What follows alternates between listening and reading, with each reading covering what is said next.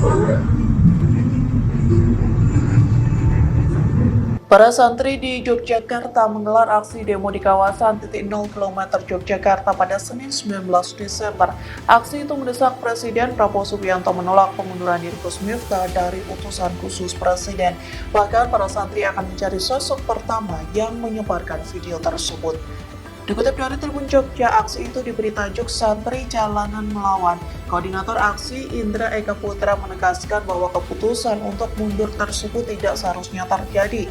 Ia bersama rekan-rekannya berharap agar Presiden Prabowo Subianto menolak pengunduran diri Gus Miftah.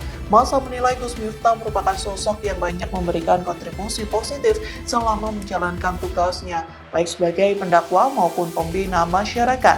Bahkan santri jalanan ini juga akan mengikuti. Download Tribun X sekarang, menghadirkan lokal menjadi Indonesia.